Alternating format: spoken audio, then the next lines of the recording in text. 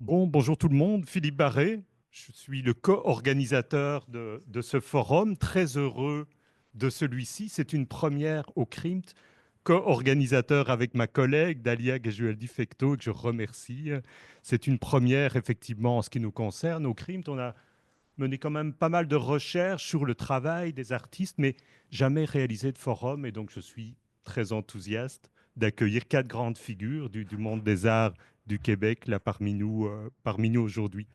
Donc, c'est ça, on a ressenti le besoin de donner la parole à des acteurs, des actrices du monde des arts du Québec. On mène nos propres recherches, mais c'est ça, on voulait aussi entendre vos mots, entendre vos propres manières, en fait, euh, de traiter les enjeux qui sont importants là, du monde des arts aujourd'hui. Alors effectivement, sans longue introduction, parce qu'on veut surtout vous donner la parole, on s'intéresse au travail des artistes pour plein de raisons, mais parce que on considère aussi que c'est un prisme important, un prisme central à partir duquel questionner le travail. Effectivement, on parle de métier artistique, de profession artistique, mais l'art est aussi un travail. Donc, l'intitulé de ce forum d'aujourd'hui, c'est l'art à l'épreuve du travail.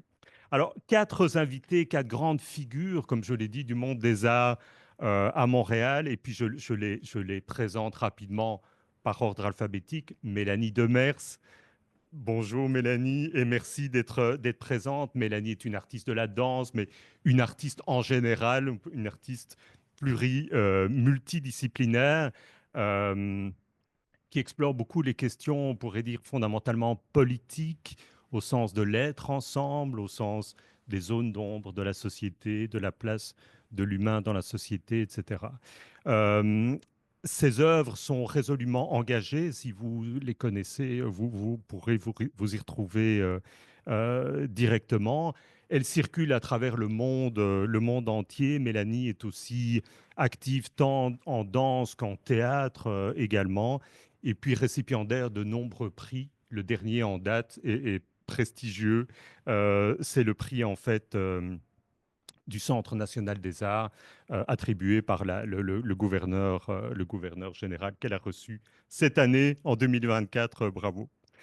Sylvain Aymar, autre grande figure de la danse à Montréal, on est très honoré là, de t'accueillir aujourd'hui. Sylvain a dansé pour les plus grands chorégraphes. Il a aussi créé sa propre compagnie, Sylvain Aymar Danse.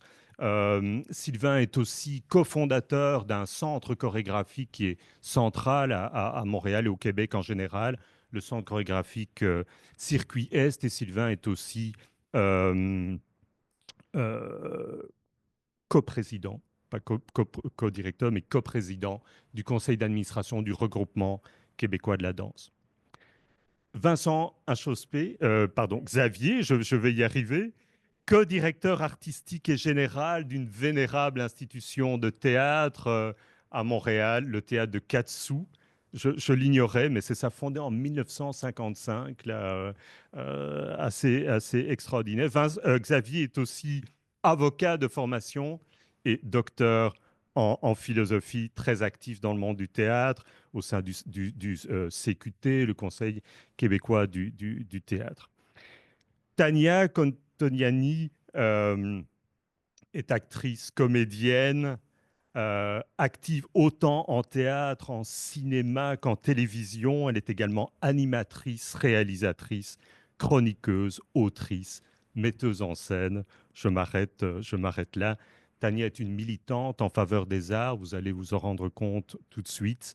Elle est active au sein euh, de l'Union des artistes depuis de nombreuses années. Elle est devenue présidente du conseil d'administration de l'Union des artistes en 2023. Donc merci mille fois à vous quatre d'être présents aujourd'hui. On va procéder de manière extrêmement simple en quatre temps. On va vous donner la parole aussi. Vous pourrez intervenir, poser des questions.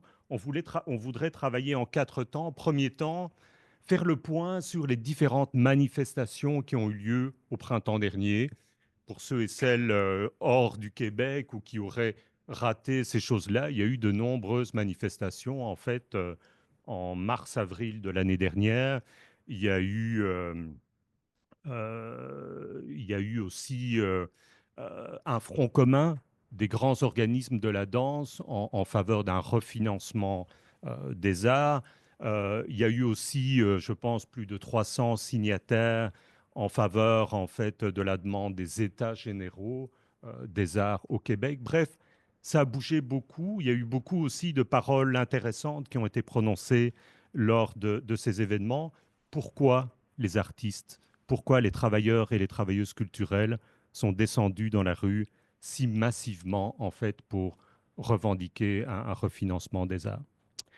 Donc, on procède simplement dans le sens où chacun, chacune prend la parole dans l'ordre qu'il veut. Je ne sais pas qui veut briser la glace. Il me semble que Tania pourrait la briser facilement. Il faut juste parler dans le micro pour l'interprétation exactement. Donc, et pour les personnes en ligne. Peut-être que si. Il y a des personnes en ligne aussi. Allô?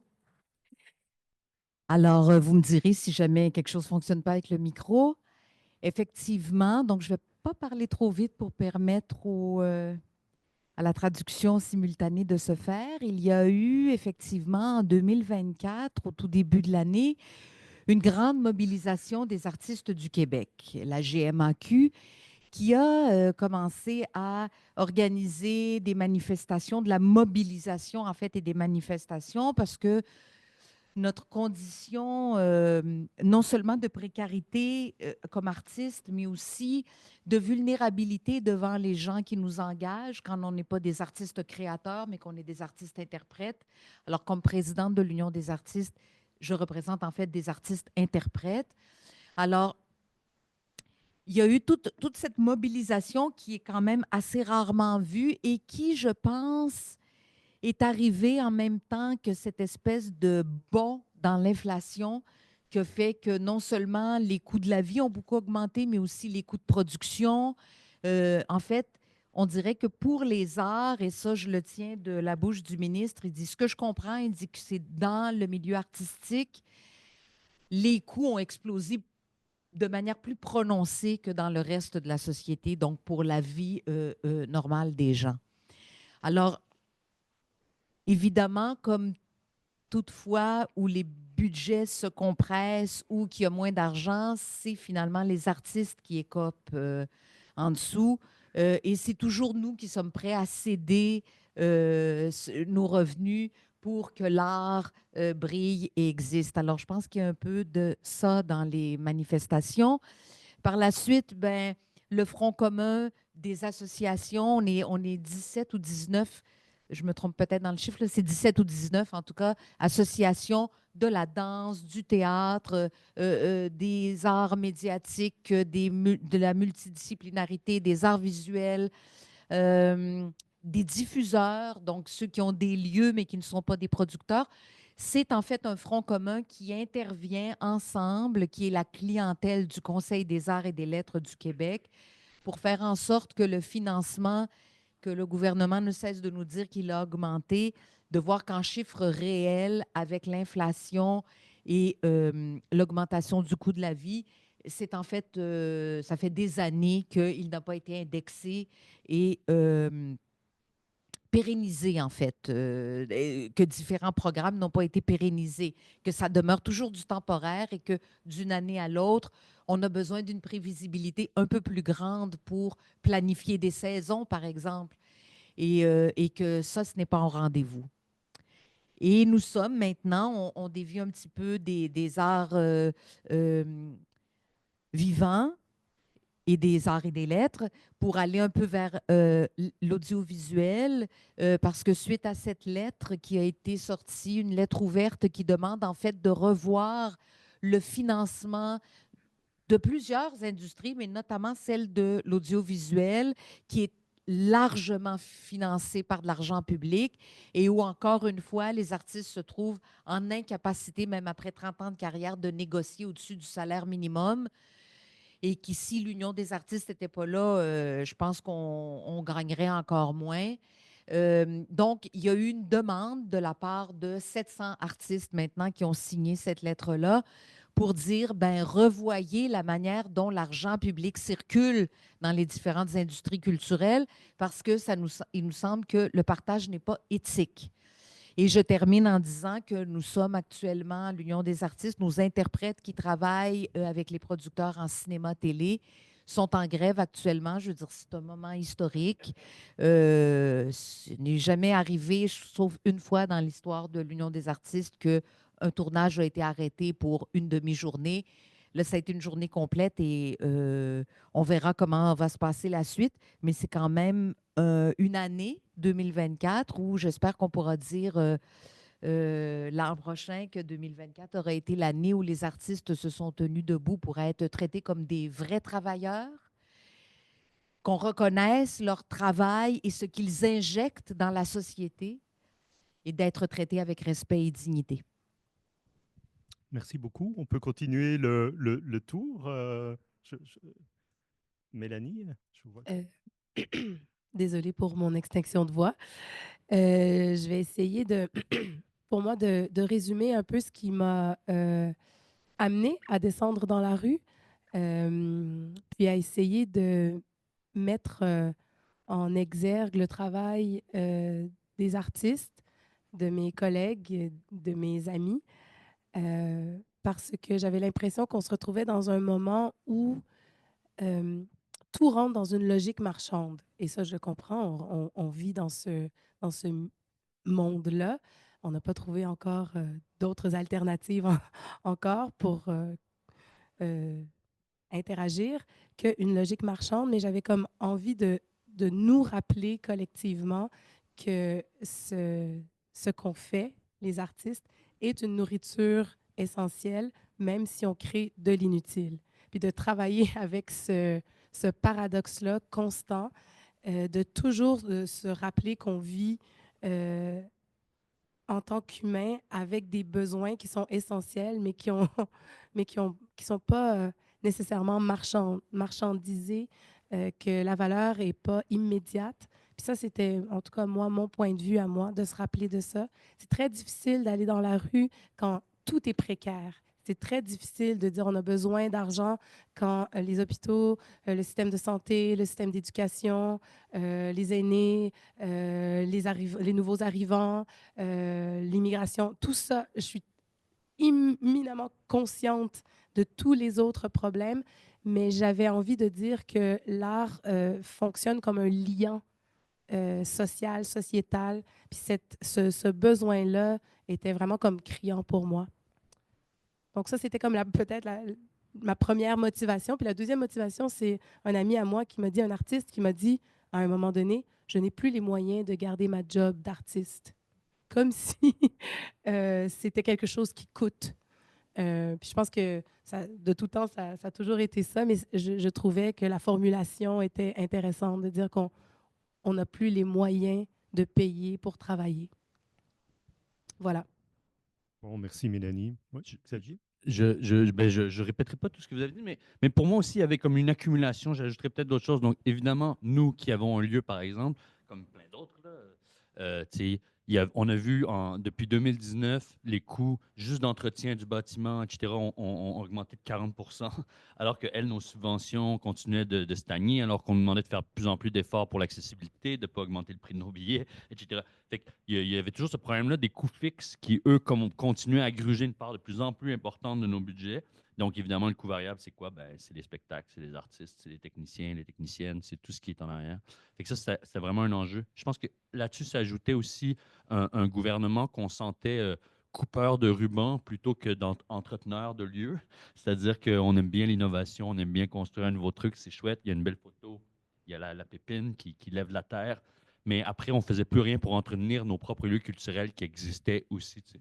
Puis on le sentait beaucoup, la création du futur musée populaire de je ne sais pas quoi qui s'en vient.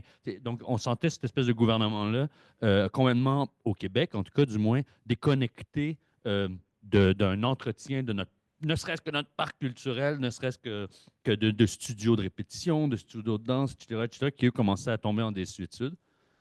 Lié à ça, des événements où finalement on parle d'art, mais on pense que finalement on fait venir une équipe de hockey ou on fait venir des choses comme ça. Donc, tu sais, il y avait comme une accumulation. Puis je pense aussi quelque chose comme un dur réveil pandémique. C'est-à-dire qu'il y avait quelque chose pendant la pandémie où plusieurs compagnies qui avaient des lieux ou qui n'avaient pas de lieux, celles qui étaient les plus financées, avaient réussi à se faire des coussins. Mais là, est arrivé à la sortie de cette pandémie-là, je pense, ce qu'on avait moins vu dans les arts vivants, mais une vraie. Je ne sais pas comment dire. J'avais l'impression. En tout cas, tout ça, c'est des impressions, mais qui sont quand même étoffées de faits. Il y avait quelque chose comme une classe moyenne culturelle, artistique qui existait ou qui était possible. Elle était peut-être plus nombreuse qu'elle l'est aujourd'hui. Aujourd'hui, c'est plus ouvert, il y a plus de gens, tant mieux. Mais il y a quand même des seuils qui sont créés entre les très, très grandes institutions, très, très subventionnées, ou qui ont des capacités de lever des revenus autonomes ou d'aller chercher des commandites très nombreuses. Puis les plus petites compagnies qui, elles, sont prises dans une spirale qui est de plus en plus difficile. C'est de plus en plus difficile d'aller chercher une commandite parce qu'il y a de plus en plus de compétition, il y a de plus en plus de demandes philanthropiques, etc., etc., etc. Fait que j'ai comme de voir ce fossé-là s'accroître aussi, je pense que ça a amené un vent de panique dans beaucoup de lieux, pour beaucoup d'artistes, même qui avaient leur propre compagnie, où ils commencent à creuser les déficits. Qu'est-ce qu'on fait? Tu as un CA qui te regarde, qu'est-ce que tu fais? T'sais? Puis je pense que, j'ajouterais aussi qu'il y avait comme, peut-être encore la dernière, peut-être truc, en tout cas du moins pour les arts vivants, c'est qu'on sentait cet effritement dont Tania parlait plus tôt ailleurs aussi. Et le théâtre, du moins, là, je vais parler vraiment pour le théâtre a toujours dépendu d'une certaine manière des autres formes d'art plus lucratives, comme l'audiovisuel. C'est-à-dire qu'un comédien, une comédienne va accepter. Personne n'a. C'est très, très difficile de ne vivre que de théâtre, mais même un concepteur lumière, la belle époque du Cirque du Soleil, pouvait aller faire des travaux payants, accepter de faire un truc un peu plus pour l'amour de la chose ou plus artisanal parce qu'il savait qu'il y avait moins de besoins. Même chose pour les interprètes, même chose pour un ensemble de corps de métier.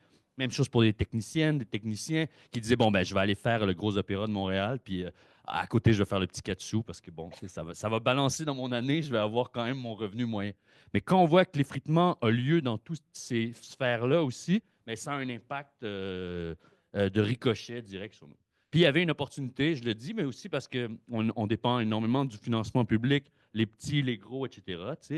Pour des bonnes raisons, là, je pense que en tout cas, je considère que l'État, une de ses fonctions, c'est quand même de pallier aux insuffisances d'un marché, là, si on veut être purement libéral, voire néolibéral. Puis à ce niveau-là, le 1% qu'on nous a toujours promis en culture, on ne l'a jamais eu. Donc 1% du budget de l'État, on ne l'a jamais eu. Ce qui est pas mais donc, il y avait une opportunité. C'était les quadriennaux qu'on appelle, c'est-à-dire ces grandes demandes de subventions pour les 4 prochaines années. Et on savait que c'était maintenant qu'il fallait descendre dans la rue, c'était maintenant qu'il fallait prendre part, parce que si on était bloqué pour les 4 prochaines années, ça voulait dire que dans 4 ans, on allait avoir reculé de peut-être 10 12 15 pour certains, tout dépendant de l'inflation puis de l'incertitude qui nous entourait. Excusez, j'ai été un peu long, mais... Non, non, pas du tout, pas du tout, c'est parfait. Sylvain Aymar. Oui. Je pense que je suis pas mal certain que je suis le doyen là, ici. Alors, j'ai comme une certaine perspective historique et je peux dire que ça fait au moins 45 ans que je suis dans le milieu. C'est pas proche de 50 ans. Et j'ai vu passer beaucoup de crises, mais jamais de cette ampleur. C'est vraiment à un niveau plus qu'inquiétant. Ça craque de partout. Bon, vous avez bien expliqué vos points de vue qui corroborent cet état de fait. Les compagnies, il y a des compagnies qui ferment en ce moment. Il y a des gens qui se demandent s'ils ont fait le bon choix de métier. Puis pour ce qui est du financement aussi, j'ai fait un calcul justement à la veille de ces représentations auprès du gouvernement. J'ai pris les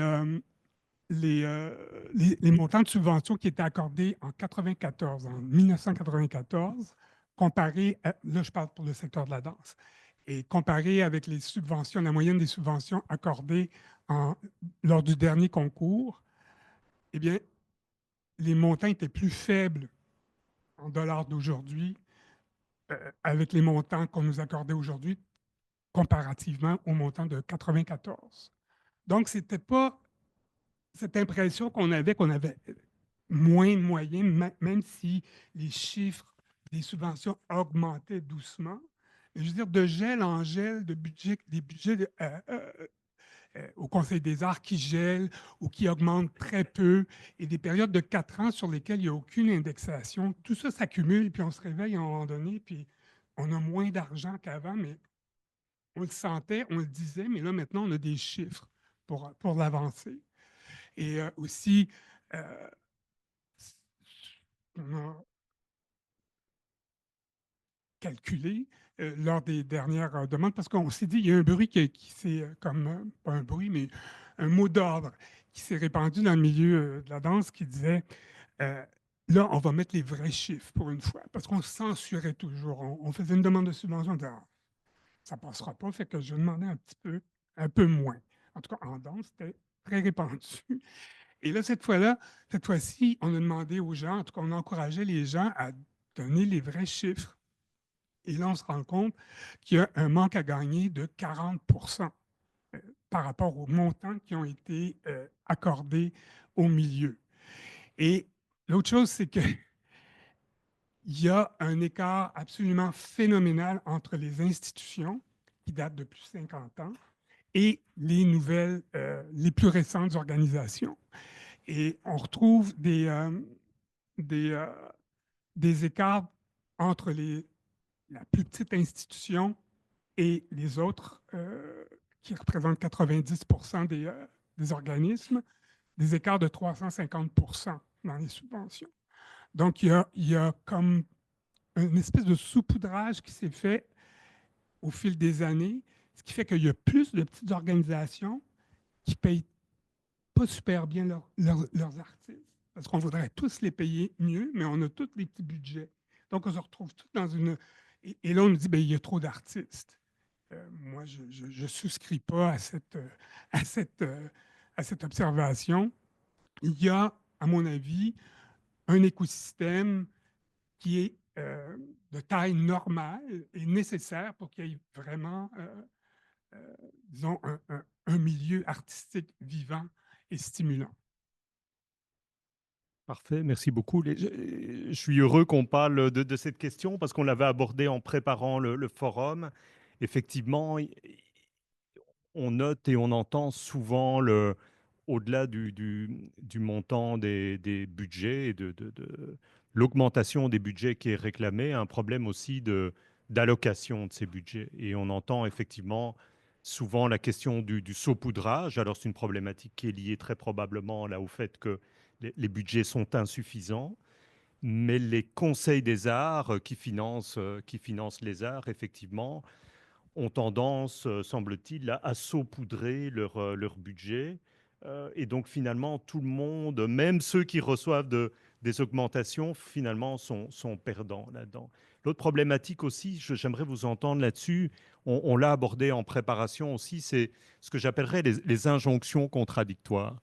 Le, le- le- le financement des arts, effectivement, c'est une question, on demande, un peu comme les chercheurs aussi d'ailleurs, on demande de l'argent pour réaliser, pouvoir réaliser nos projets, mais l'exercice lui-même, en fait, de dépôt et de ces demandes, de réalisation de ces dossiers de demande, est à la fois extrêmement lourd dans le travail d'artiste. Là, ça vous occupe beaucoup, beaucoup, beaucoup d'heures, à préparer une demande de financement, de soutien quadriennal. Là, c'est de nombreuses journées de travail, mais c'est aussi répondre à des injonctions qui sont de plus en plus grandes. On vous demande beaucoup et de choses parfois qui sont contradictoires. Alors, je ne sais pas si vous pourriez un peu lever le voile sur ces choses-là. Ça fait partie du travail invisible de ce que vous faites là au quotidien dans les organismes. Je ne sais pas qui veut. Oui, Sylvain? Mon droit d'aînesse. Euh, non, mais je voudrais juste simplement ajouter que la, il y a eu un glissement depuis quelques décennies, c'est-à-dire que à l'époque, il semblait qu'on soutenait les artistes prioritairement pour leur qualité artistique.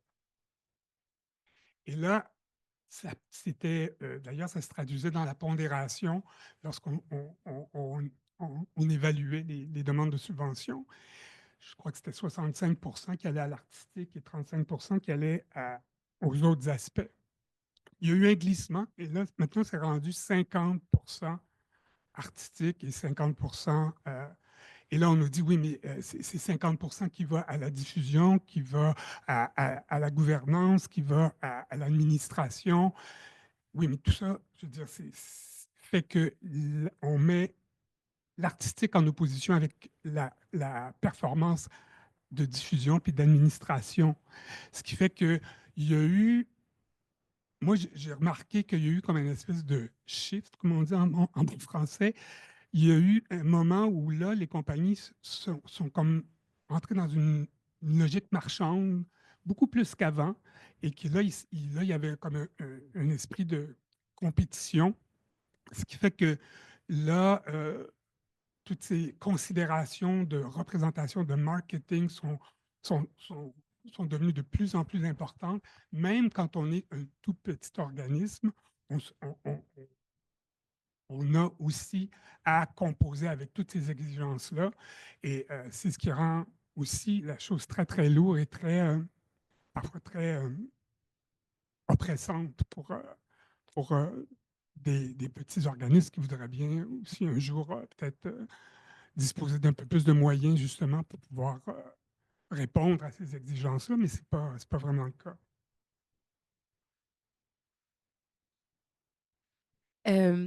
Moi, je peux peut-être donner un exemple vraiment très concret parce que j'ai eu des chiffres devant mes yeux hier où on analysait les budgets par rapport au financement public qu'on reçoit. Puis on a fait l'année 21, 22, 23, 24. Puis on pouvait voir vraiment, ça a été tragique, là. Donc, je vous fais part du drame que j'ai vécu hier en voyant que les sous qu'on reçoit des 3 paliers de gouvernement, donc Conseil des arts de Montréal, Conseil des arts et des lettres du Québec, Conseil des arts du Canada, en 2021, j'accordais à peu près 35 de ce que je recevais à l'administration. Ensuite, ça a monté, ça a monté, ça a monté. Puis en 2024, on est arrivé à un point de bascule où c'est plus que 50 des frais qui vont à l'administration. Donc, depuis 3 ans, 4 ans, 5 ans, ce que je peux accorder à la création et aussi aux humains qui travaillent dans le secteur de la création, c'est-à-dire qui sont sur le plateau, qui sont les techniciens, diminue d'année en année. Donc, on essaie que la qualité ne diminue pas, mais les ressources allouées diminuent constamment. Et c'est intéressant aussi juste de mettre en exergue, je ne veux pas vraiment faire cette opposition-là, mais je dois quand même le dire, que les travailleurs culturels et les artistes, c'est pas du tout le même, c'est pas les mêmes enjeux. Les travailleurs culturels ont, je ne sais pas pourquoi, une poigne pour négocier, alors que les artistes acceptent toujours de descendre, de descendre, de descendre. Puis en tant que directrice de compagnie, moi, je dois faire attention à ça. Parce que là, si j'analyse mes chiffres, je vois absolument que les travailleurs culturels qui sont dans mon bureau, ben, je ne sais pas si c'est gruge, mais occupent une plus grande partie que les artistes que je paie sur le plateau. C'est le constat. Puis moi, je trouve que c'est dramatique de penser ça. Puis on a eu excellent là, à gestion. Là. On a été évalué. Donc, ça, c'était une excellente gestion. Mais je ne suis pas sûre que c'est une excellente façon de concevoir le futur. Oui, puis, tu sais, je reviens sur tous les deux. Mais d'abord, sur Sylvain, tu sais, on n'est pas contre rendre des comptes, là. C'est-à-dire qu'on en rend des comptes, puis c'est bien. Puis même l'exercice du quadriennal est un exercice important. C'est comme une planif stratégique en soi. C'est comme une réflexion sur c'est quoi le sens de ta compagnie, c'est quoi le sens de ton institution, c'est quoi le sens de ta pratique artistique, qu'est-ce que tu veux en faire, où tu veux l'amener, comment tu veux la pousser. Là où c'est plus problématique pour moi, c'est ce que Sylvain dit, c'est-à-dire que le reste prend de plus en plus de place. Mais non seulement il prend de plus en plus de place, mais il est pour moi absolument un doublon de ce que tout le secteur privé nous demande par ailleurs. C'est-à-dire qu'aujourd'hui, si on veut avoir une subvention, pas une subvention, mais une commandite, un don, etc., de la Caisse de dépôt et placement du Québec, d'Hydro-Québec, de Gaz Métro, tout l'argent, les fondations, quelles qu'elles soient, de la Fondation Bombardier, Molson, etc., tous et toutes nous demandent d'avoir un programme hors artistique. C'est-à-dire qu'ils donnent de l'argent à l'accessibilité, à de la représentation élargie, à de l'éco-responsabilité, à un ensemble de choses qui ne sont pas faire des shows. Et là, ce qui est paradoxal, c'est que nos gouvernements qui devraient pallier à ça, ils nous demandent déjà, la Caisse de dépôt nous demande déjà pour avoir un misérable 10 000 d'avoir un programme d'accessibilité incroyable pour que, que tout le monde puisse venir voir le spectacle, avec un programme de francisation, avec un programme avec un équipement audiovisuel, de l'audiodescription, etc., etc. Si le gouvernement commence à nous demander la même chose, mais là, on rentre dans un doublon complet qui rend fou. J'ajouterais même à ça que là, je pense que dans la plupart des endroits, ils veulent le resserrer, mais la pandémie a comme ouvert ça. C'est un ensemble de programmes subventionnés qui étaient hors artistique, c'est-à-dire le numérique, faites-vous des fonds de dotation, etc., etc. Faites-vous des plans stratégiques, faites-vous de ça. Un ensemble de programmes qui faisaient en sorte qu'on a tous un peu appliqué de plein de manières, parce que bon, l'argent, c'est de l'argent, mais qui essentiellement va après à des informaticiens, des informaticiennes, des banquiers qui vont placer nos fonds de dotation à 4 %, mais eux vont faire 8 % pendant ce temps-là, etc., etc., etc. Donc, finalement, l'argent allait à tout le reste. Moi, je l'avais déjà dit sur un plateau numérique pendant la COVID. La seule affaire qui me rend fou avec le numérique, puis ce qu'on nous demande en vivant en ce moment, c'est que la personne qui est le moins bien payée en ce moment, qui est en train de faire un show numérique, c'est l'artiste qui est en train de... Le grip, puis la fille qui tient la perche, puis le dude qui le met en ligne, puis, tu sais, ils sont tous et toutes mieux payés que l'artiste qui est en train de se produire sur scène, devant la caméra. C'est beaucoup là-dedans. Mais je reviens aussi sur ce que tu dis. Ça, c'est un autre enjeu qui est large, c'est-à-dire que gruger, pas gruger, moi, je ne le vois pas tellement comme ça parce que dans le sens, on a quand même des machines d'une certaine manière, qu'on le veut ou qu'on ne le veut pas. Puis ça, je trouve qu'on le voit de plus en plus, tu sais, le roulement de personnel. Puis c'est difficile parce que, bon, un artiste, ça ne veut pas dire qu'il faut qu'il se sacrifie, là, c'est pas ça du tout ce que je suis en train de dire, mais mettons, je sais pas, le responsable de billetterie, il veut faire, c'est peut-être moins une vocation aussi. Si moi, j'arrive pas à le payer, si j'arrive pas à lui donner ben, je le perds. Fait que il faut que je le reforme. C'est beaucoup ça aussi. Nous, on le voit beaucoup dans notre petite institution. On essaie de donner un ensemble qui ne rentre pas dans le normatif, mais qui sont pas au niveau des salaires, mais qui sont au niveau des vacances, au niveau de la flexibilité, au niveau de la conciliation travail-famille. On va beaucoup plus loin que beaucoup d'autres secteurs d'activité parce qu'on essaie de compenser le maigre salaire qu'on peut leur offrir parce que sinon, ça devient des taux de roulement de 6 mois, 1 an, ce qu'aucune compagnie, qu'elle soit un Inc., un OBNL, une association, peut absorber. Je ne peux pas constamment reformer quelqu'un. C'est là que ça devient très difficile, où finalement, on a essayé de pallier, je pense, dans les dernières années, en offrant plus de flexibilité et des meilleures conditions de travail, mais pas au niveau des rémunérations. Ça reste un vrai enjeu là, pour lequel je n'ai pas la solution non plus. Là. Enjeu qui est vécu même dans les plus grandes institutions comme l'Union des artistes ou pour avoir, il y a 80 employés à l'Union des artistes, pour avoir les meilleurs négociateurs possibles.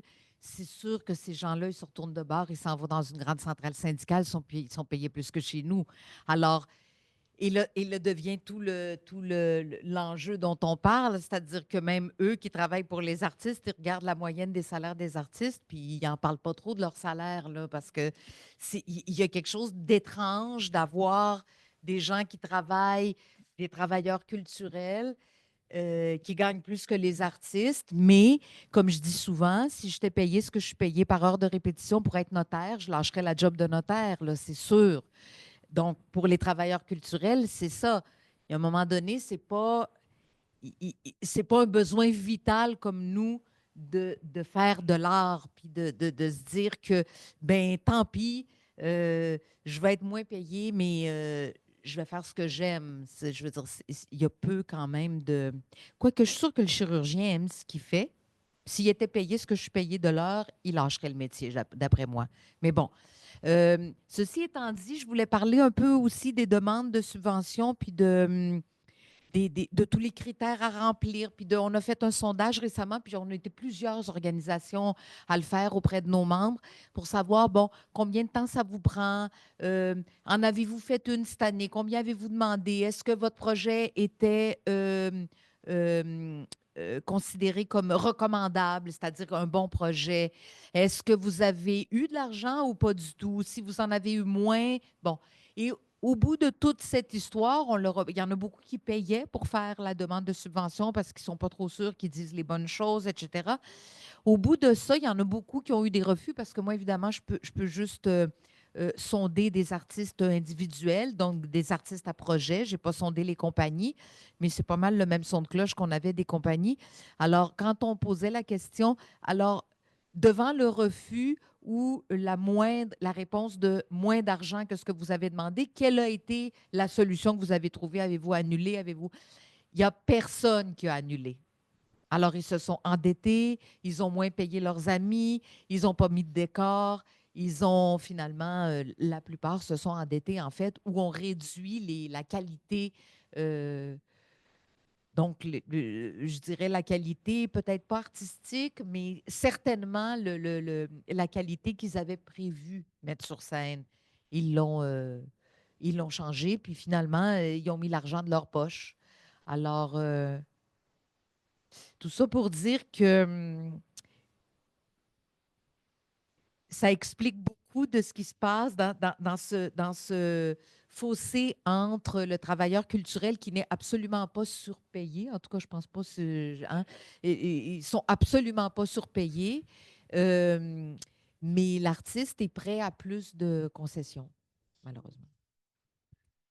Rebondir justement là-dessus parce que puis c'est un enjeu aussi même dans les conventions collectives. Tu sais, on le voit nous en théâtre. Moi, je pense que même historiquement, ça a fait aussi en sorte que les minimums ont toujours été très, très bas dans les conventions collectives avec les. Puis là, je me suis mis en patronat aujourd'hui, là, vu que je suis le patronat, puis qu'on est un comité paritaire. Mais pour vrai, c'est-à-dire qu'il y a vraiment un enjeu ça diminue le minimum parce que, évidemment, les mêmes membres de l'UDA ou d'autres associations d'artistes, auteurs, autrices, etc., eux-mêmes, ils font comme ben, moi, si tu me demandes des minimums trop élevés, je ne le ferai pas le show. Tu m'empêches de créer mon œuvre, tu sais, pour la même raison que une romancière ou autre va finir par l'écrire, son roman, même s'il n'attend pas nécessairement la bourse du Conseil des arts pour écrire son roman. Fait qu'il y a toujours eu cette espèce de rapport-là qui a fait en sorte que les minimums, à la demande même des membres, ça, je pense, c'est une vraie spécificité du milieu des arts qu'on retrouve peut-être moins dans d'autres corps de métier où les membres eux-mêmes, surtout quand ils sont en début de carrière, quand ils commencent, etc., ils font, ben moi, je veux avoir l'opportunité d'être vu. Je veux que mon œuvre soit vue pour après comme monter ma carrière, devenir reconnu, monter, etc., etc. On ne m'offrira pas tout de suite un TNM, on ne m'offrira pas tout de suite de jouer à Danse-Danse sur le gros plateau de Maisonneuve. Donc, il faut que je commence en bas, puis je suis prêt à le faire, puis à être vu. Mais ça, c'est un vrai. Je pense que c'est assez unique dans notre milieu de travail. En tout cas, il y en a peut-être d'autres, là, Dalia, vous nous direz, Philippe, mais ça a eu un grand impact historique d'une certaine manière où finalement, on a des conventions collectives qui sont au minimum. Et ça a beaucoup profité. Là, je mets mon costume de patronat, mais petit patronat. Ça a aussi beaucoup profité à des grandes institutions qui, elles, au contraire, ont beaucoup joué sur ce décalage-là, tu sais, où, par exemple, puis moi, ça continue de rester un vrai enjeu de réflexion, même dans notre groupe de producteurs, par exemple, où tu as des institutions qui ont 6 fois, 4 fois, 5 fois, 6 fois le nombre de sièges dans leur salle, qui vendent leurs billets 2 fois plus cher, mais où les cachets aux artistes sont 10, 15% peut-être plus chers que chez nous. Fait que là, il y a comme, ça amène des disproportions, même dans notre milieu, je trouve, qui sont flagrantes et de plus en plus gênantes, en fait. Afin de rendre ça concret, est-ce que vous pourriez donner au public, c'est ça, un exemple de ce que gagne un comédien, une comédienne ou un artiste de la danse professionnel de l'heure De pour les l'heure, répétitions de l'heure. Euh, ou au salaire annuel? Ben, moi, je travaille avec dans le milieu de la danse et dans le milieu du théâtre, donc c'est vraiment différent, mais c'est tout autant difficile. Mais en danse, le salaire horaire des répétitions est beaucoup plus élevé qu'en théâtre. Donc, on répète beaucoup pour faire peu de spectacles. Alors qu'en théâtre, c'est le contraire. Il y a peu de répétitions et plus de spectacles. Nous, on travaille 200, 250 heures pour faire un spectacle. C'est ça. Mais on fait 4 spectacles. Donc la danse fait 250 heures, disons, de répétition pour 4 spectacles. Puis le théâtre va faire 110, 115, 120 pour 20 spectacles, disons. Donc, de l'heure, moi, je paie mes danseurs 30 et plus de l'heure. Mais ils vont travailler 4 heures maximum dans leur journée. Une répétition de danse, quand tu as fait 4 heures, 5 heures, 6 heures, c'est vraiment beau. Donc, la moyenne, 4 heures, alors que les acteurs sont payés 18, 20, 22. C'est... OK. Donc, quand je travaille avec des distributions mixtes, j'appelle ça danse et théâtre, c'est toujours un enjeu parce que on ne sait pas comment rémunérer les gens, mais au final, si on prend les répétitions plus les spectacles, que ce soit danse ou théâtre, ça arrive pas mal à la même chose. Donc, un interprète va gagner 8 000, 9 000 $ pour une production. Un concepteur, une conceptrice lumière, éclairage, etc., va faire entre 4 000 et 8 000, 12 000 s'ils se rendent jusqu'à un opéra, par exemple. Les acteurs, les actrices, justement, par la représentation, vont faire entre 200 ou des fois 110, 120, presque les minimums si on commence. C'est ça, peut-être 75 même, mais jusqu'à, mettons, 600, 800 ou 1000 si tu es Robert Lepage, puis tu te mets en scène toi-même. Mais ils sont plus rares, ça plafonne assez rapidement. Les concepteurs, conceptrices et les auteurs, les autrices ont parfois la chance, quand ils sont dans les grandes institutions, eux et elles, de pouvoir tourner après parce qu'ils ont un droit de suite qui revient à chaque représentation. Fait que c'est là que ça devient le plus intéressant pour eux et elles. Mais ce n'est pas le cas de plein d'autres corps de métier. Là, on y viendra, mais la loi sur la statut d'artiste va ouvrir ça aussi. Il y a des nouveaux corps de métier qui n'étaient même pas compris à l'époque même, qui sont rentrés dans les dernières années, accessoiristes, etc., qui au moins vont rentrer maintenant dans le statut d'artiste, sont devenus des classes et donc ont droit à des droits de suite, etc. Mais tout ça reste encore très marginal là, et très peu. Nous, ça n'a pas de bon sens, là, les répétitions. Je veux dire, on le sait, là. Mais c'est quelque chose aussi, paradoxalement, qui était comme dans la culture du milieu. On négociait pas les agents, parce que quand même les interprètes ont beaucoup des. Les agents négociaient pas tant les répétitions. On négociait le cachet de représentation. Il y a aussi plein d'habitudes qui sont créées, qui sont différentes en danse, qui sont créées et qui sont c'est la responsabilité de tout le monde, en fait, agents, syndicats, producteurs, etc. Mais j'allais révéler un petit secret entre Xavier et moi parce qu'on travaille ensemble. Puis, puis le désir de travailler ensemble, c'est-à-dire il voit un spectacle qu'il aime, que j'ai créé, il veut le faire au Katsu. Mais on avait le problème de savoir comment on va faire pour y arriver. Ça n'arrivait pas d'avoir 6 personnes sur scène, de compter le nombre de billets. Ça n'arrivait pas. Il faut vraiment, honnêtement, on doit aller chercher les sous dans une fondation pour que le spectacle se puisse. Donc, ça, c'est fou. C'est fou. Dans les faits, on serait condamné à ne faire que des solos, là. Ben, je complète un petit peu moi, quand j'ai terminé ma formation, là, on est à la fin des années 90, on ne se faisait pas encore payer les répétitions. Alors, nos répétitions duraient 250 heures, je te garantis. Et il y a un moment donné où on a fait le combat de dire, bon, ben, on va se faire payer nos heures de répétition. À l'époque, moi, je n'avais pas de famille. Alors, j'étais un peu contre, je l'avoue très humblement, parce que je me disais, oh mon Dieu, s'ils nous payent nos répétitions, on va juste répéter 100 heures. Est-ce qu'on peut faire un spectacle qui a de qualité avec 100 heures? Bon, moi, je trouve que non. Moi, je trouve qu'on a perdu artistiquement au change. Mais les familles ont gagné une conciliation travail-famille beaucoup plus importante que ma préoccupation artistique que, dans le fond, je peux mettre les heures chez nous. Mais il reste qu'il y a des metteurs en scène qui n'avaient aucun respect pour ça. Là, puis rendu à minuit, les gens disent, c'est parce que mon enfant, il se lève à 6 heures demain matin. Ah oui, mais non, mais on va finir cette scène-là avant. Donc, il y avait des abus.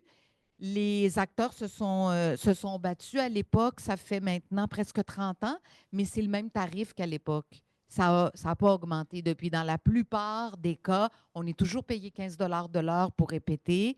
et les cachets peuvent varier de 75 effectivement. Donc, le show, pareil. Puis là ce n'est pas de la faute du producteur parce que c'est souvent un artiste à projet qui a écrit un spectacle, qui a des idées pour le mettre en scène, qui rassemble ses amis disent let's go, on le fait.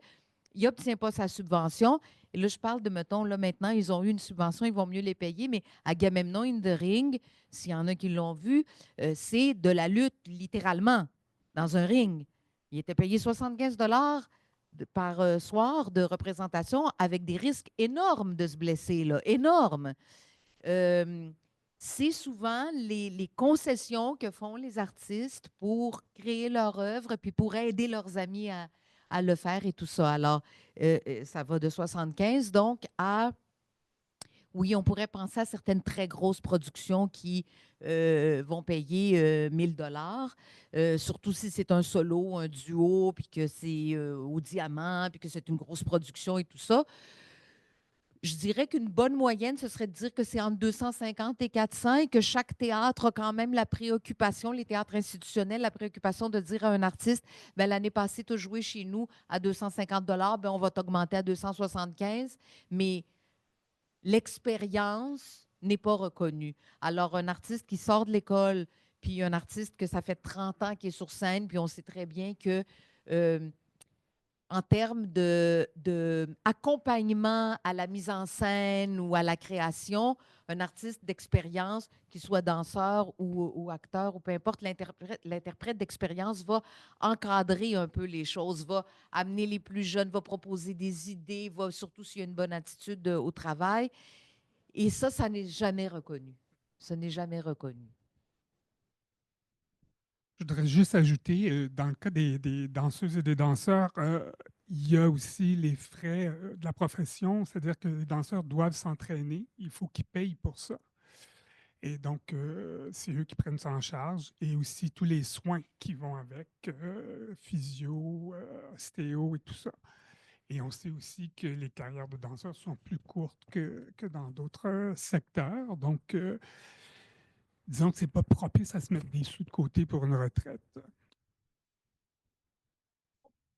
Ici, sur le travail invisible. Oui, On va en allons-y. parler un petit peu parce que tu ouvres la porte beaucoup à ça, parce que tu parles très bien de tout ce qui entoure la vie de danseur, mais chez les autres interprètes aussi, il y a un paquet d'heures invisibles qui ne seront jamais reconnues, notre apprentissage de texte, les analyses qu'on doit faire une recherche historique, tout ce qui contribue en fait à faire que l'interprète, parce que c'est pour eux que je parle, faire en sorte que l'interprète soit au maximum de sa forme, donne tout ce qu'il a à donner pour l'excellence du spectacle, pour sa qualité artistique. Ce sont des choses qui sont très peu reconnues et même j'ai l'impression, des fois, un peu méprisées par l'opinion générale de combien un artiste devrait être rémunéré. Ouais, mais même dans l'audiovisuel, c'est aussi le cas. C'est là qu'on voit comment chaque milieu aussi sa pratique. En audiovisuel, tu es payé à la journée. C'est comme on compte en heures, en jours de tournage.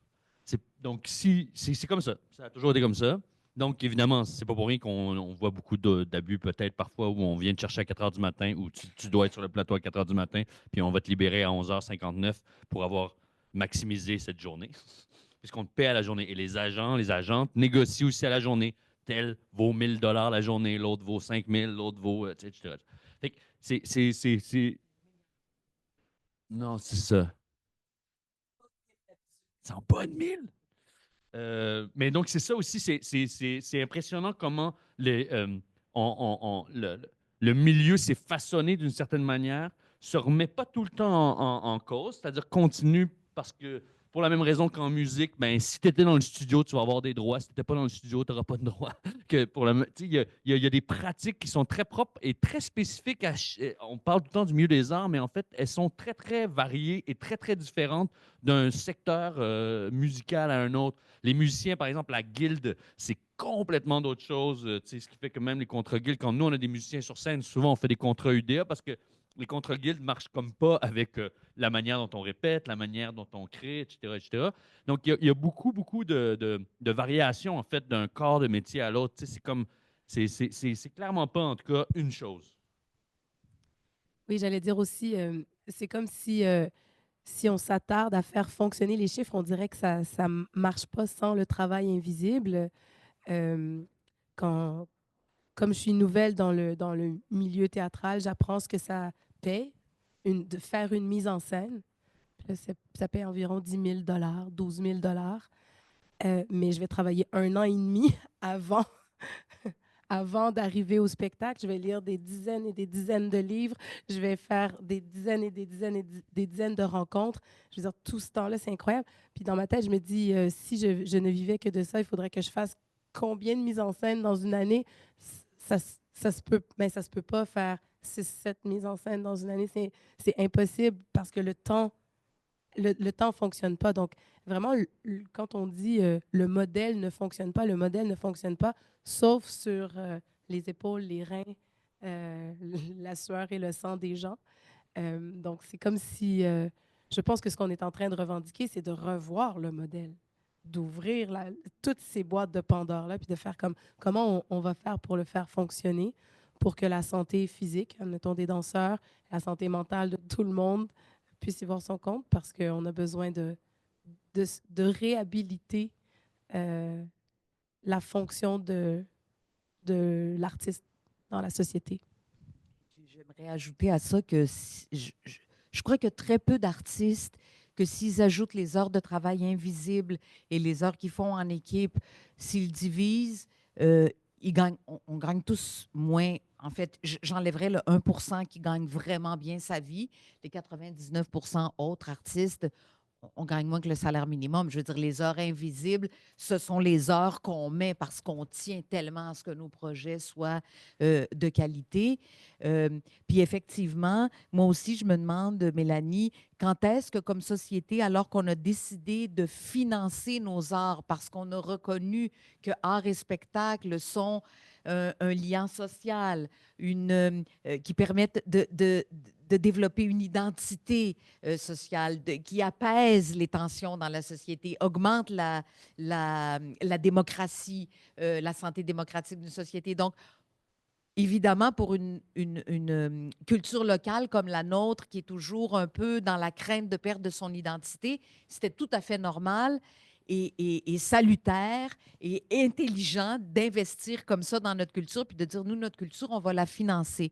Mais quand est-ce que cette société-là a décidé d'accepter qu'un artiste, c'est correct que ça vive sous le seuil de la pauvreté, que ce n'est pas un travailleur égal à tous les autres, ça, je ne le comprends pas encore. Euh, ce que je remarque, en fait, au fil des années, c'est qu'on est toujours en train de justifier notre existence. Et c'est ça qui est déplorable, là. Tu sais, c'est encore, je veux dire, non, on nous dit que non, on nous dit qu'on aime la culture, mais c'est quoi votre compréhension de la culture? C'est pas, on n'a pas la même compréhension de la culture que nos dirigeants. Et, euh, et on parlait de la qualité artistique parce qu'on se disait, oui, là, on est dans une situation où on est jugé, mais ça n'a pas touché la qualité. Moi, je pense que ça a commencé à toucher la qualité artistique. Et si on embarque dans ce cercle-là, je ne sais pas comment on va s'en sortir parce qu'on est aussi jugé sur la qualité artistique.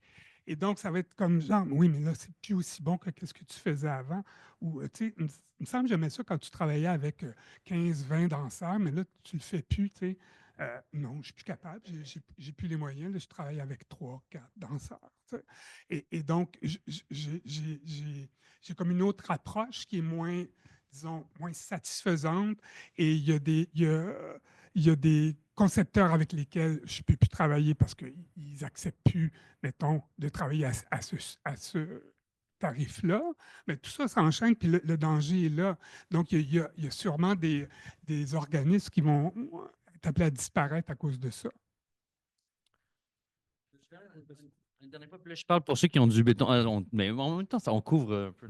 Euh, euh, J'ai plus besoin de poser des questions, c'est parti. nous, Ça tourne tout seul, comme on dit. Nous, je le vois, en tout cas, je le vois clairement au Katsu. Je ne dis pas que c'est le cas partout parce que nous, on est peut-être le plus petit théâtre à Montréal. Fait que c'est comme, des fois, c'est un bon indicateur ou en tout cas, un indice de quelque chose.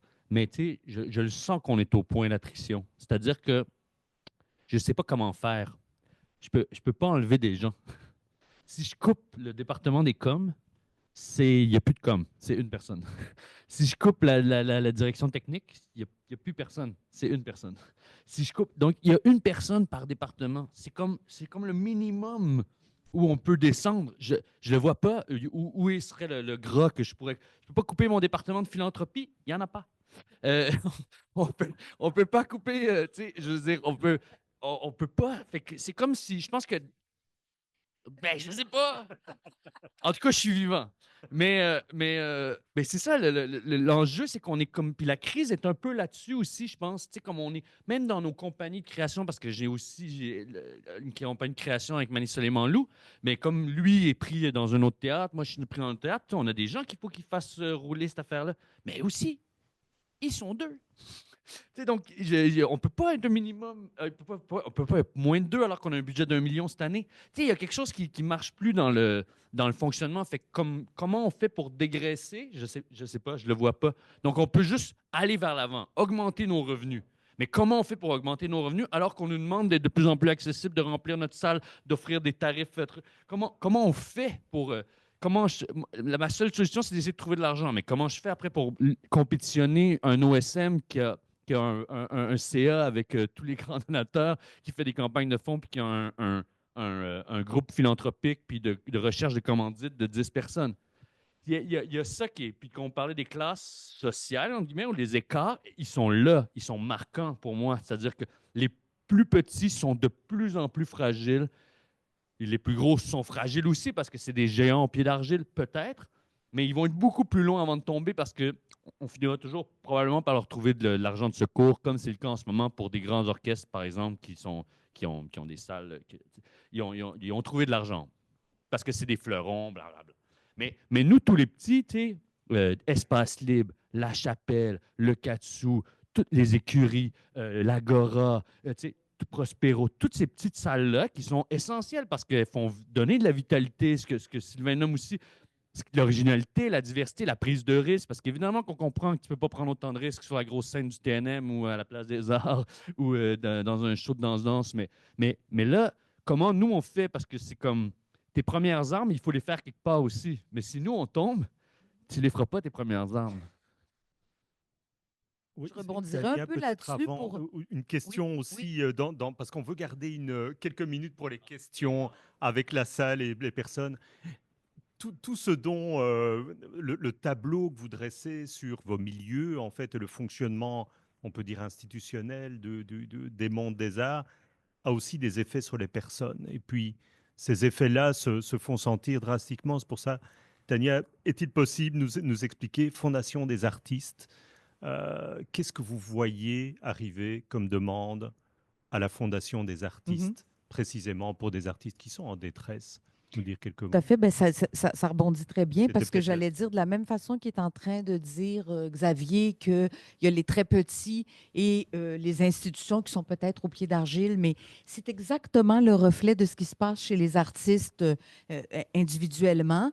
C'est-à-dire que la classe moyenne est en train de disparaître. Il n'y a plus de classe moyenne, on le voit en société aussi. Il n'y a que ceux qui gagnent très, très bien leur vie, qui représentent environ 1 % de l'Union des artistes. Et là, je suis vraiment presque exactement parce que c'est 120 personnes sur 13 000 personnes. C'est eux qui gagnent très bien leur vie. Les autres, on a tendance maintenant, alors qu'on constate à l'Union des artistes qu'il y a de plus en plus de revenus globaux, chacun des artistes est en train de s'appauvrir.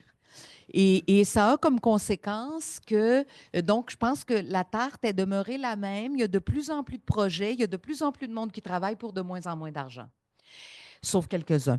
Et puis, pour eux, argile, pied d'argile aussi, parce que, on le sait, les interprètes, tout peut s'arrêter du jour au lendemain. Du jour au lendemain, tu peux arrêter d'avoir de l'ouvrage, même si tu as été le premier nom des dernières années. J'imagine que c'est vrai aussi pour les chanteurs et les danseurs. Ce qu'on voit, c'est que cette précarité-là, ce qu'on constate actuellement, c'est que cette grande précarisation-là, puis cette baisse des conditions socio-économiques est en train de créer énormément de détresse psychologique. Ça a commencé pendant la pandémie. Je dirais que tout ça, toute cette tendance qui existait déjà avant s'est accélérée pendant la pandémie. Et là, ce qu'on constate, c'est qu'il y a eu beaucoup d'aide pour que les artistes interprètent, particulièrement les musiciens, où il y a eu une grande, grande vague de suicides. Euh, il y a eu de l'aide psychologique, de l'argent pour de l'aide psychologique directe qui a été dégagée par le ministère de la Culture et qui a été envoyé, entre autres, c'est passé par la Fondation. Et ça a été extrêmement. Il a été épuisé, ce fonds-là, renouvelé une deuxième fois, renouvelé une troisième fois. Puis en ce moment, il y a encore une liste de 355 personnes qui attendent pour avoir de l'aide psychologique, là, juste des sous pour payer quelqu'un. Ou avoir une référence de quelqu'un qui dans le service public, là. Alors, c'est clair qu'il y a eu une grande, grande détresse psychologique. Euh, je pense que avez-vous sûrement complété cette M- Moi, j'allais dire, dans ce qui pèse aussi sur les épaules des artistes créateurs, euh, c'est comment dire, la complexification des relations de travail. Euh, Avant, ça prenait peut-être 3 téléphones, 14 emails pour boucler une entente.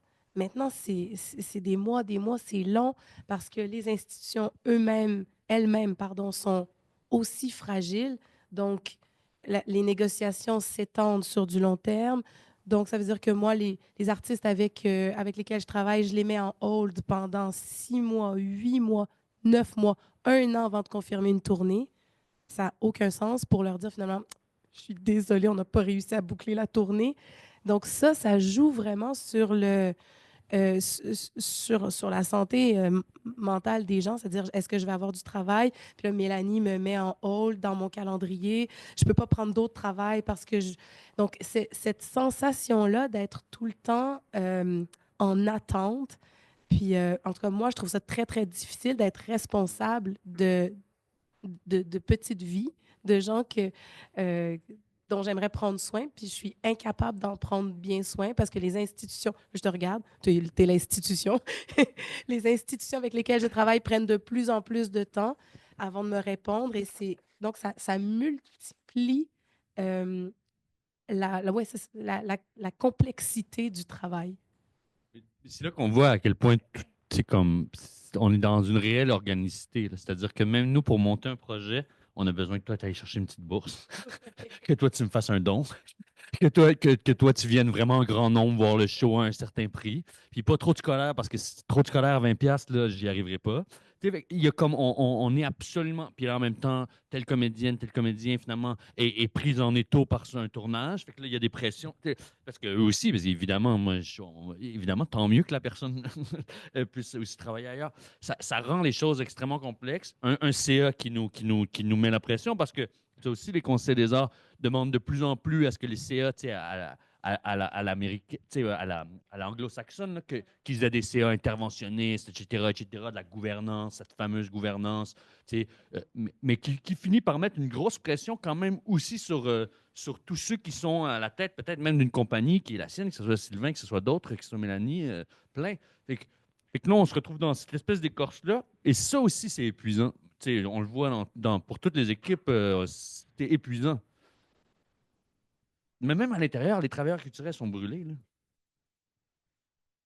Sylvain, veux-tu ajouter quelque chose ou on peut aussi laisser la place aux questions. Je pense qu'on est aussi rendu là. Ce sera aussi, on a encore beaucoup de questions à vous poser. Là, je ne suis pas arrivé au bout de je suis arrivé à la moitié des questions, mais je propose d'ouvrir les questions. Ce sera une manière de poursuivre évidemment nos échanges. Donc,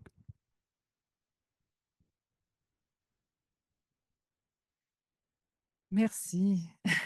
Je m'appelle Sophie Fontaine, je suis conseillère syndicale à la FNCC, Fédération nationale de la culture et des communications, à la CSN, comme mentor. J'ai ce luxe-là de faire que du mentorat depuis la dernière année et demie. Les artistes et les travailleurs des secteurs culturels, moi, j'ai constaté, vous nous l'avez témoigné, ils sont raides pauvres pour la majorité d'entre eux. J'ai eu le privilège de distribuer des paniers de Noël avec ma fédération où on est allé ravitailler des aînés à la Maison des artistes, c'est ça? Oui, j'ai eu les jambes ici de réaliser à quel point les aînés artistes vivaient dans des conditions pas faciles. Euh, J'ai aussi soutenu 3 syndicats du secteur des festivals. C'est différent un peu, mais le secteur des festivals est aussi pas super bien financé. Certaines et certains d'entre eux, des programmateurs, des concepteurs de festivals qui étaient considérés comme des travailleurs autonomes puis qui faisaient 5 de l'heure finalement lorsqu'ils travaillaient. Euh, j'ai l'impression que les artistes doivent constamment justifier leur existence. Ils se font vampiriser. Que les gens en veulent de la culture, ils en veulent, mais ils ne veulent pas payer pour. Ils veulent que ce soit disponible en libre service, puis surtout gratuit. Reposer sur le système caritatif, sur des fondations, ça aussi, c'est un problème. C'est comme si ça arrivait par miracle, puis qu'on pense qu'on va... c'est du travail aussi. Ça prend des gens qui travaillent sur ces questions-là. À l'heure actuelle, je finis mon cadre, puis je vais avoir une question, là. Nos gouvernements, quand ils investissent, ils ont un retour incroyable sur leur investissement parce que c'est de l'argent qui s'en va à la consommation par la suite pour payer des taxes et des impôts. Mais il y a tout un secteur qui bénéficie de manière extrêmement importante de votre travail. Puis c'est l'industrie hôtelière, les restaurateurs, puis toutes les industries du transport, etc., qui font en sorte qu'ils amènent des gens pour voir ce secteur-là, mais ils ne se sentent pas tant concernés par le financement des arts et de la culture. Euh, mais c'est quoi je comprends que vous êtes très préoccupé par la recherche de subventions, je l'entends, par des interventions politiques à faire pour qu'il y ait un meilleur financement. Mais ma question comme syndicaliste, c'est quoi les pistes collectives? Un salaire minimum garanti pour les artistes? Une autre formule que la négociation de contrats collectifs basés sur des taux minimums? C'est quoi votre perspective en termes d'action pour faire en sorte qu'on soit capable d'interpeller la société civile, que les artistes reprennent leur juste place, puis qu'on soit en mesure de dire ce travail-là, il vaut quelque chose. Puis c'est pas juste des producteurs qui vont rouler en Porsche, parce que c'est ça qu'on voit dans certains cas, pas toujours, mais où il va y avoir effectivement plein d'argent et que cet argent-là n'est pas redistribué. Je suis extrêmement préoccupée de ça.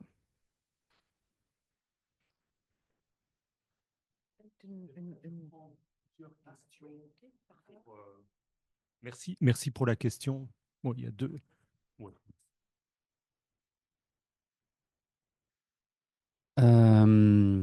Premièrement, merci beaucoup. C'est un panel vraiment chouette. Ça va aller. C'est très intéressant. J'ai désolé, je m'appelle Raphaël Pils et je travaille pour l'OIT, l'Organisation internationale du travail. C'est une agence des Nations Unies qui travaille sur le travail. Ce que vous mentionnez me fait penser au concept du passionate labor. Vous avez mentionné, c'est particulier, le monde de l'art, on le fait pour la passion. Je pense qu'il y a plein d'autres métiers, on le fait pour la passion, tous les ONG, même l'académie. Il y a plein de précarité. Vous dites, on est mal payé, mais on est content de ce qu'on fait. On le fait presque gratuit pour la visibilité, pour l'expectative d'un job. Il y a la détresse psychologique que vous avez mentionnée. En Belgique, moi je suis belge, il avait un cas dans Le Monde de la danse contemporaine sur la violence et harcèlement dans un des compagnies, un des chorégraphes le plus fameux en Belgique. Et bon, c'est ça un peu ma question pour vous. Qu'est-ce qu'on est prêt à avaler pour la passion? C'est quoi le prix de la passion? Je ne pense pas en termes d'argent, mais c'est ça un peu ma question pour vous.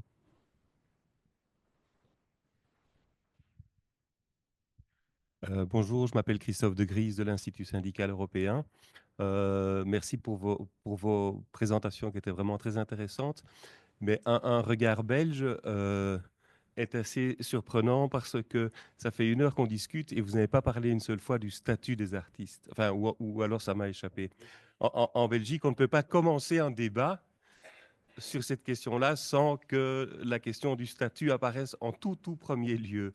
C'est-à-dire un statut qui permet, par exemple, à un musicien de toucher des allocations de chômage lorsqu'il n'a pas de concert, ni de répétition, ni rien, qui permet à un acteur... Enfin, bon, je ne vais pas développer, mais c'est une question, évidemment, qui vient en plus de la question du financement dont vous avez parlé. Mais je voulais savoir, est-ce que cette question des statuts a-t-elle été résolue ici au Québec? Si oui, ça m'intéresserait de savoir comment. Ou bien est-ce que c'est un non-problème? Merci. d'avoir posé la question parce qu'elle était sur ma liste. On a juste manqué de temps pour y arriver. Répondez dans l'ordre que vous voulez. Vous n'êtes pas obligé, chacune, de répondre aux 3 questions. C'est vraiment ouvert. Vous pouvez répondre aussi à plusieurs questions en même temps. Ben, je vais peut-être déjà dire qu'on a la loi sur le statut de l'artiste au Québec, qui est le seul, bon, je ne peux pas dire pays parce qu'on n'en est pas un, mais le Canada n'a pas le même que nous. Il y a une loi sur le statut de l'artiste au Canada. Nous, en 1982, je crois, la première loi sur le statut de l'artiste a été imposée au Québec. Elle reconnaissait en l'artiste un travailleur autonome qui fonctionne comme une petite compagnie et qui donc a certains frais de physio, par exemple, ou d'aller chercher des livres ou de la musique pour s'inspirer pour son travail, des maquillages, certains costumes de scène qu'on peut déduire de nos impôts sur le revenu, comme des dépenses d'entreprise pour le fonctionnement. Elle a aussi reconnu l'Union des artistes comme étant, et différentes autres associations, mais je vais parler pour l'Union des artistes en tant qu'artiste-interprète. Si l'Union des artistes ou une quelconque association qui peut s'apparenter à un syndicat, alors il y a par exemple les techniciens de scène ou en audiovisuel sont considérés des artistes au sens de la loi. L'Union des écrivains du Québec est maintenant reconnue depuis son renouvellement en 2022. Cette loi a été revisée pour la première fois.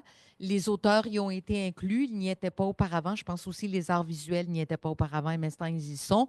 Donc, ils sont en train tranquillement de s'organiser. Donc, tout ce qui est syndicat d'artistes, si donc l'Union des artistes interpelle un producteur et lui dit, écoutez, vous n'avez pas d'entente avec l'Union, vous devez vous asseoir avec nous. Dans tous les autres pays du monde, le producteur peut dire, ça ne me tente pas de m'asseoir avec toi.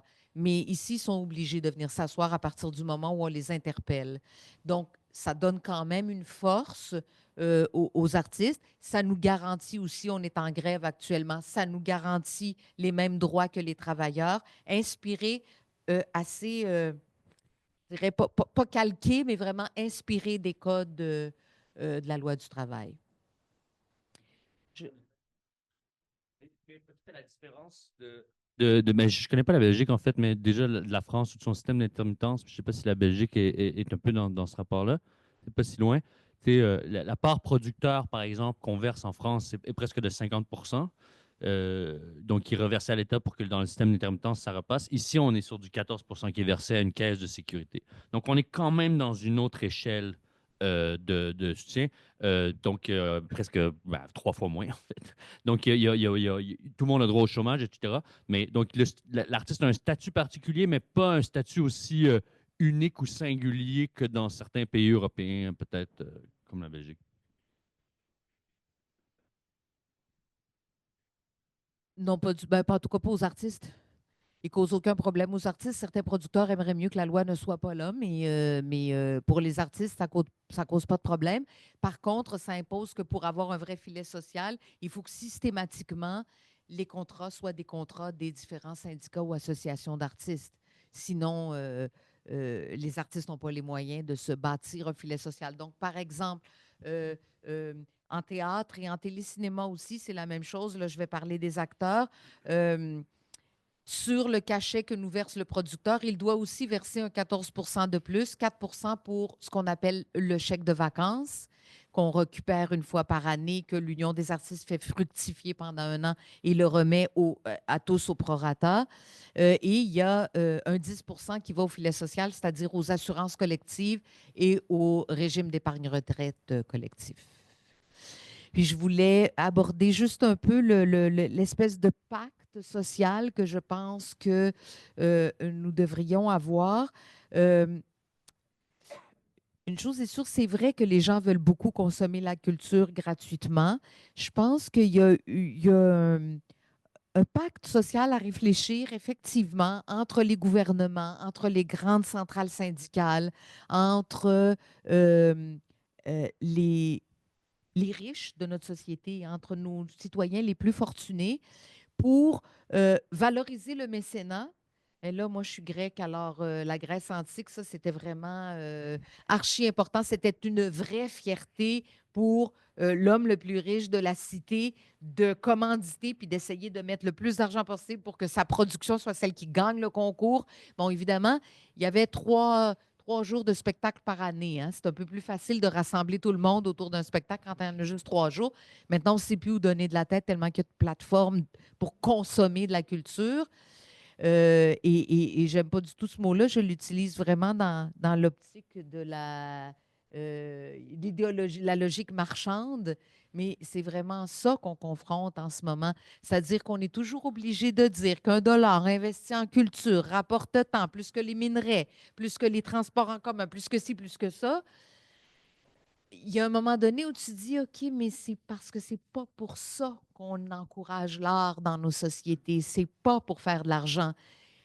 Par contre, je pense vraiment qu'il y a quelque chose qui doit s'orchestrer, un vrai pacte social autour des billetteries. C'est-à-dire que c'est bien beau la Fondation des artistes qui aide les artistes ponctuellement quand ils ont une grande difficulté financière à demeurer des artistes professionnels. Donc, une année, tu as un gros bobo, tu dois rester couché. La Fondation est là pour t'aider à demeurer un artiste professionnel, mais ça ne sera pas une cotisation mensuelle. C'est vraiment ponctuel. Mais les artistes, quand même, ils veulent faire leur art pour transmettre à un public. Et malgré tout, c'est ça qui fait encore défaut. Pourquoi, dans cette logique marchande, on est en train de produire puis de répéter 250 heures pour faire 3 shows, alors que ton show, répété 250 heures, pourrait vivre 350 fois. Il pourrait rouler pendant 3 ans. Puis, on dit toujours il y a trop d'artistes, là, on se le fait donc dire souvent. Ben, peut-être que si les artistes qui sont là, on les engageait pendant plus longtemps pour faire des vraies œuvres qui vont marquer, qui vont rester, qui vont être des expériences générationnelles. Je veux dire, moi, quand je suis sortie de l'école, Dominique Champagne présentait Cabaret Neige Noire. C'est un collectif, en fait. Bon, c'est surtout lui qui a écrit, mais ça nous a marqué comme génération, ça. Mais ça a duré longtemps, Cabaret Neige Noire. Alors, ben, c'est ça. Il faut sortir de la logique marchande, encourager les billets, puis.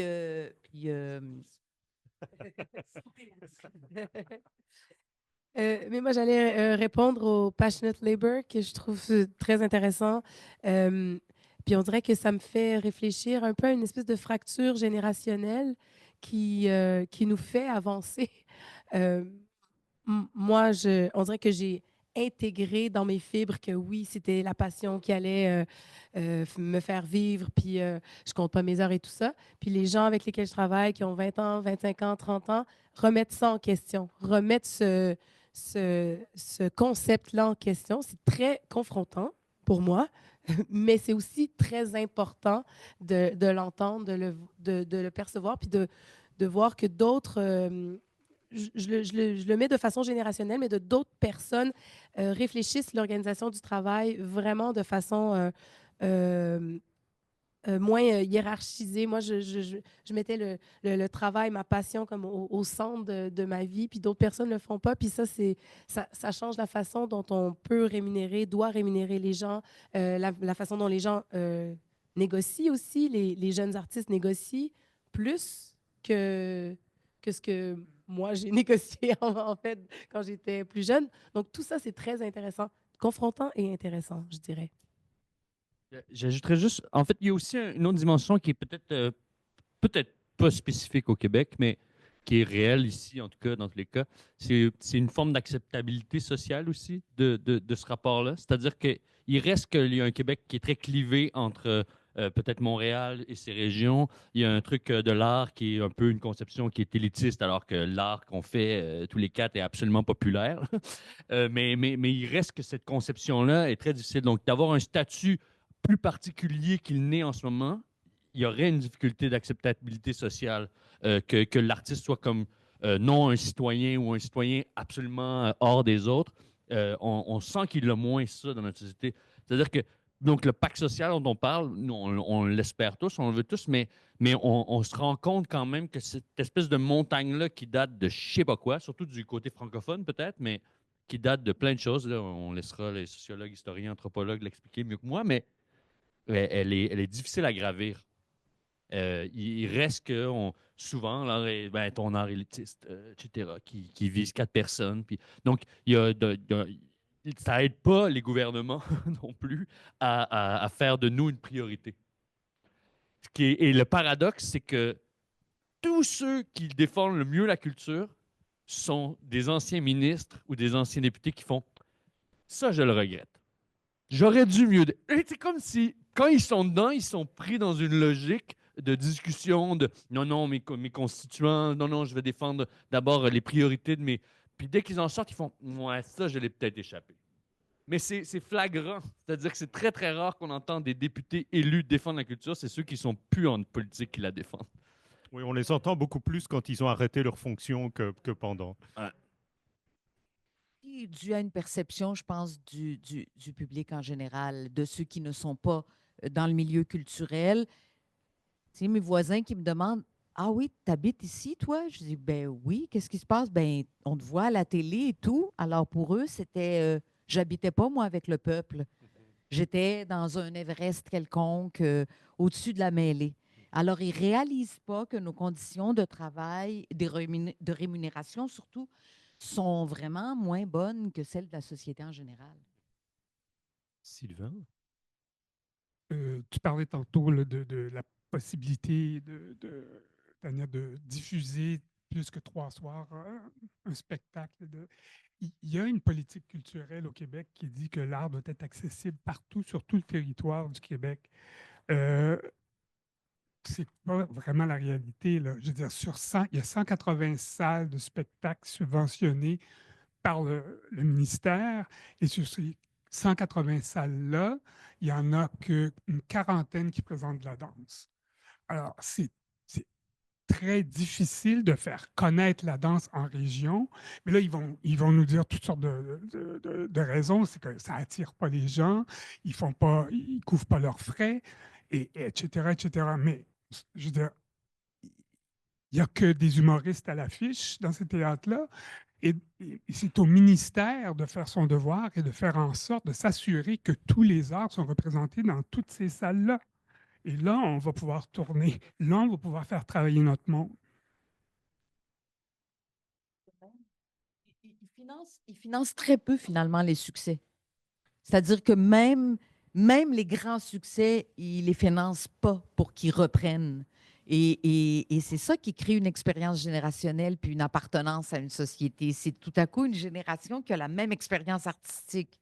Ça fait une différence, mais ça demande beaucoup d'énergie pour convaincre avec ces arguments-là.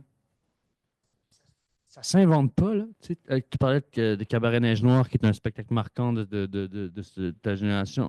Ben, même aussi la mienne. Mais ch- ça en prend plein pour qu'il y en ait un qui émerge.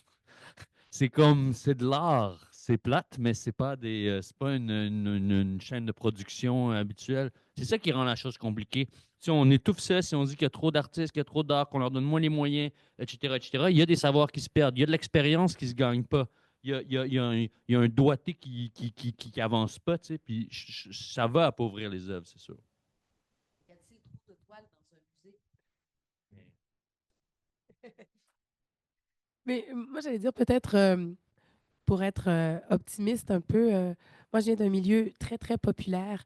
Puis c'est vraiment par l'art que j'ai pu être transfuge de classe d'une certaine manière. Donc, m'apprendre, moi, m'enseigner, moi. Et puis, je pense pas que je fais plus d'argent que mes parents, mais je suis certainement comme plus riche d'expérience, ça, c'est certain. Donc, je pense que j'avais juste envie de dire que oui, on milite pour être mieux rémunéré, mais juste de revenir au fait que de vivre dans un milieu riche d'art, ça aussi, ça a une valeur, puis il faut le supporter. Un mot de la fin, peut-être, Tania et puis Sylvain. On fait signe que c'est ça. Il me reste 30 secondes.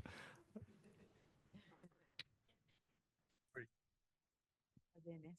Devoir DNS. Mais suite à ce que tu dis, tu viens d'un milieu populaire, moi aussi, je viens d'un milieu populaire. Et des fois, moi aussi, j'ai eu le complexe de vide plouf. Mais j'ai fait un projet, puis je le fais toujours, ça fait 15 ans que je roule le Grand Continental, qui est un projet assez inclusif qui fait danser des centaines de personnes ensemble et qui offre à ces personnes-là une expérience qui se rapproche d'une expérience quand même professionnelle parce que les exigences sont très, très élevées. C'est 3 mois de répétition et 30 minutes de chorégraphie. Bref, je ne donnerai pas trop de détails, mais tout ça pour Allez dire voir que ça en ligne, c'est juste oui, le il y a projet du des 375e, c'est ouais, ça? 375 danseurs sur la place des festivals.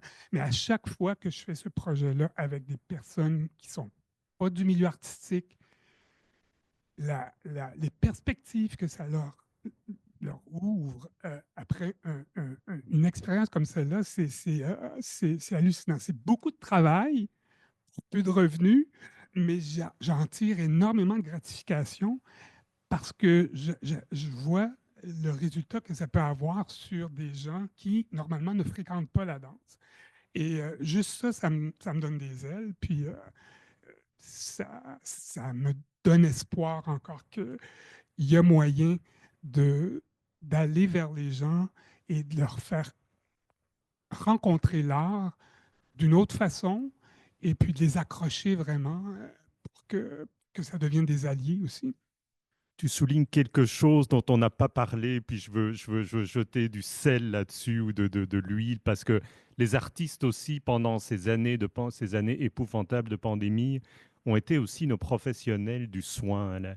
Vous avez été très présents pour nous permettre de passer à travers. Il y a toute une série de choses qui se sont faites là pendant la pandémie, qui vous ont coûté aussi beaucoup là, à faire, mais où les artistes ont été là, nous ont permis là, de passer à travers ça. Et puis c'est ça, plein de gens ont découvert aussi la danse, le théâtre, les arts du vivant grâce à vous. Le mot de la fin, Tania, et puis on conclut. Je fais un vrai mot de la fin. Pas de culture sans artiste. Alors, quand on cherche à survivre, à faire survivre notre culture à un moment où les multinationales de la diffusion en ligne en continu, puis les Taylor Swift de ce monde viennent ici, puis les criminels revendent ses billets à 500 $, puis une petite famille épuise tout son revenu alloué à la culture là-dedans. Ben, il faut se rappeler que tant qu'on ne soutient pas nos artistes comme société, ben, il manque le cœur et la voix des arts et le corps, puisque je suis avec 2 danseurs aussi. Bon, on vous remercie très chaleureusement tous les quatre.